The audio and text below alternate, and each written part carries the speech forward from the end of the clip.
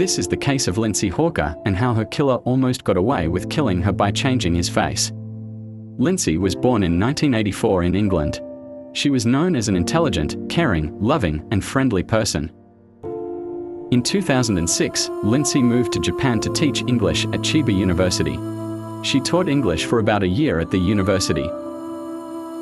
In 2007, a 28-year-old student, Tatsuya Ichihashi, asked Lindsay for a one-on-one English lessons. Lindsay didn't find this strange because teaching English was her job and Tatsuya was one of her students. She agreed without any hesitation. They met at the coffee shop after a few days for their first private English lesson. When they were done with the lesson, Tatsuya told Lindsay that he had forgotten his money for the lesson at his apartment. He convinced Lindsay to go with him to his apartment to get the money to pay her for the lesson, and she agreed. This was her biggest mistake of her life. They went to his apartment, and that was the last time she was seen alive.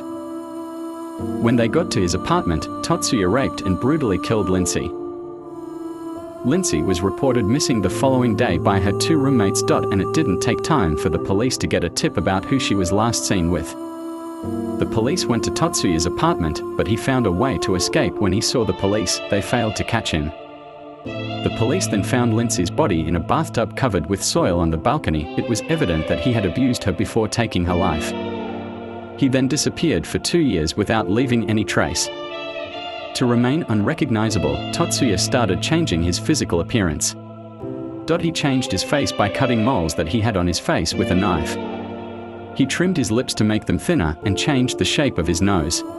These changes made it easy for him to live his life without getting identified by the authorities. He even got a job without raising any suspicions. Tatsuya wanted to do more surgeries on his face to change his face. He went to a cosmetic clinic to get the surgery done on his face. A decision he would regret later. The cosmetic doctor became suspicious and called the police.